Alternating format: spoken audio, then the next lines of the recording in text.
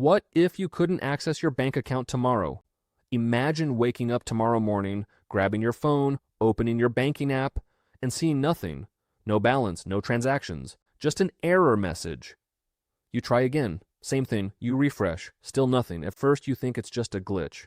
Maybe the app is down, maybe your internet is slow, but then you check social media, and everyone is saying the same thing. Nobody can access their money. Your bank account is frozen, and not just yours, everyone's. So what happens next? The first thing you feel is confusion, then panic. Because in today's world, almost everything you do depends on access to your money. You don't carry cash. You don't keep savings under your mattress.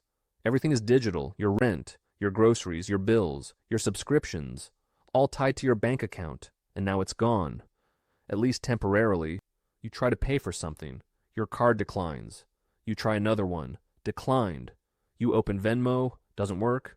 Cash App? Also down. That's when it hits you. You are completely cut off from your own money. Within hours, the situation starts spreading. Stores begin to notice something is wrong. Customers can't pay. Lines start forming. People argue at checkout counters. Some stores shut down early because without payments, they can't operate. Gas stations become chaos. People rush to fill their tanks, but cards don't work. Only cash. And most people don't have cash. Within a few hours, small problems turn into big ones. Restaurants stop taking orders. Delivery apps shut down. No Uber, no DoorDash. Everything that depends on digital payments stops. And this is just day one. Now think about your job.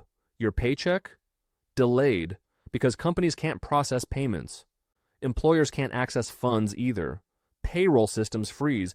Businesses start losing money immediately. Some shut down temporarily, others panic. Because if this lasts more than a few days, they're in trouble. Then comes the bigger question. Why did this happen? There are a few possible reasons. A cyber attack, a system failure, a government freeze, or a financial crisis. It sounds extreme, but similar things have already happened. In 2013, Cyprus froze bank accounts during a financial crisis. People couldn't withdraw their own money. In Greece, banks shut down for weeks. Withdrawal limits were enforced.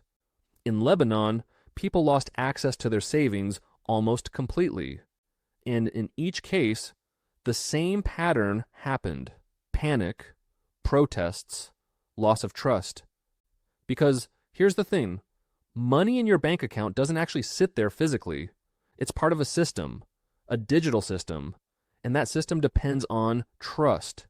If that trust breaks, everything changes. Now imagine this happening in the United States, the world's largest economy. Millions of people suddenly locked out of their money. What happens to the economy? It slows down instantly because spending stops. And when spending stops, businesses suffer, then layoffs begin, because companies can't afford to keep paying employees. And now, we're no longer talking about inconvenience. We're talking about a full economic shock. The stock market reacts, investors panic, prices drop, confidence disappears. And once confidence is gone, it's hard to get back. Now let's bring it back to you. Your daily life. You wake up, you want coffee, you can't pay. You need groceries. You can't pay. You have bills due. You can't pay. Even if you technically have money, you can't use it. That's the real problem. Money isn't just about how much you have. It's about access. Without access, your money is useless. Now think about how quickly society depends on this system. We moved away from cash. We trust digital systems completely. We assume they will always work. But what if they don't? Even for a few days. People start withdrawing whatever cash they can. Banks run out of physical money. ATMs go empty. Lines get longer. Frustration builds. Then comes something more dangerous. Loss of trust in the system. Because once people stop trusting banks, they start acting differently. They hold cash. They stop spending. They become cautious. And that slows the economy even more. This is how small disruptions turn into big crises, not just because of the event itself, but because of how people react to it. And here's the uncomfortable truth. The modern financial system is more fragile than it looks. It works extremely well until it doesn't. And when it doesn't, the impact is immediate.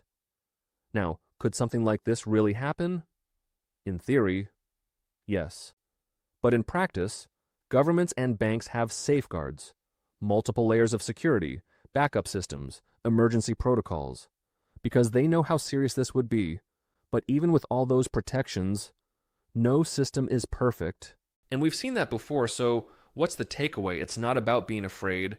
It's about understanding how dependent we are on systems we don't control and how quickly things can change if those systems fail. Because at the end of the day, your money isn't just numbers on a screen, it's access. And without access, it's nothing. If you found this video interesting, make sure to subscribe and share your thoughts in the comments. Thanks for watching, and see you in the next video.